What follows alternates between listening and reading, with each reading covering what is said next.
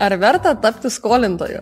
Verta, nes tai yra vienas būdų, kaip vieni pinigai gali uždirbti kitus. Jokūbas su savo 4 asmenų šeima atostogauti važiuoja kartą per metus. Atostogos visai šeimai kainuoja apie 2400 eurų. Būdamas finansiškai drausmingu, Jokūbas kitoms atostogoms pradeda kaupti iškart grįžęs iš praėjusių. Reikalingam atostogų biudžetui sukaupti, Jokūbas atsideda po 200 eurų per mėnesį. Bet jis tos pinigus netiesiog atsideda, jis juos paskolina su 5% palūkanų.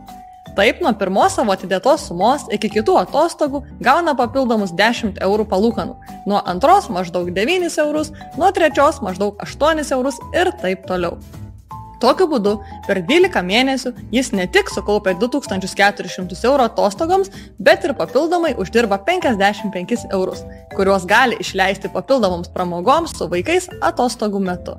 Ši istorija parodo, kad dirbantys pinigai visada yra geriau už gulinčius ir skolinimas yra vienas iš būdų pinigams įdarbinti.